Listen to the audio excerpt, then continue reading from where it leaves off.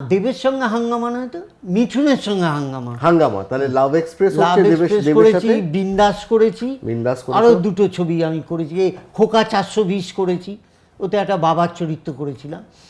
কিন্তু দেবের মধ্যে যেটা আমি দেখেছি, এমনি ভালো মানুষ, ব্যবহার খুব ভালো, কিন্তু এসে ওই যে মেকআপ রুমে ঢুকে যায় আর বেরোয় না। শট আসবে মেকআপ রুম থেকে বেরোবে। কিন্তু মিঠুন চক্রবর্তী আমাদের যে সেটটা তৈরি হয়েছিল বাড়ির, যেটা ওই জ্বালিয়ে দিল রজতাভ দত্ত, ওইখানে একটা বেঞ্চি পাতা ছিল, ওইখানে মিঠুন বসে থাকতো। যে মেকআপ রুমে গিয়ে মেকআপ ভ্যানে গিয়ে বসবো ওসবের মধ্যে ও ছিল না।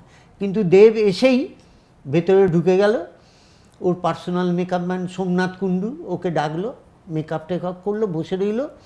ডিরেক্টর বলল অ্যাসিস্ট্যান্ট ডিরেক্টরকে ডেকে আনতে, গেল, বেরিয়ে এলো, শর্ট দিল, আবার চলে গেল।